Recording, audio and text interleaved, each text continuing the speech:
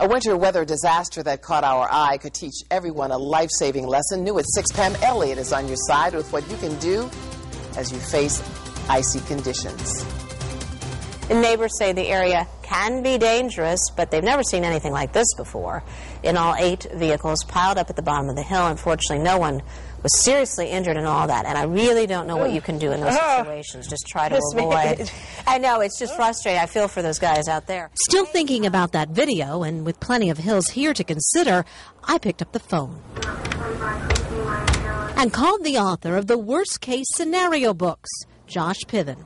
He had seen the video. There are a few things to remember when you're driving on ice. One is that the movement of the car is going to be exaggerated based on how much you move the steering wheel. So if you crank the steering wheel all the way to the left, the wheels are going to turn that way. But what you see in the video happening is the backside slides out because it doesn't have any traction. So if you do need to turn the wheel, you have to do it in very small increments. Anti-lock brakes really don't help you very much when you're driving on ice. So that's another thing to keep in mind, is try not to use the brakes because they're not really going to help you, especially if it's on a downslope. He says if you just can't avoid a collision, try to make sure the damage is done to the rear of your car. At least in that case, while the car will be damaged, it's probably going to be more minor and something that can be fixed for less money and less time. Whereas if you go straight in with your engine, the car could easily be totaled. Piven doesn't claim to be an expert. He says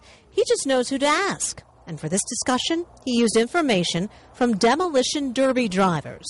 Finally, he says, stay in your car. You have no idea which way the car is going to go. You don't know how the driver is going to react. And if you get out of your car and start running and you slip and then the whole pile moves or the car slides in your direction, you may not be able to get out of the way. Piven told me that hill should have been closed to traffic, and he sent me this picture to show probably the best way to travel downward, away from cars, and on a sled. Pam Elliott, 2 News on your side.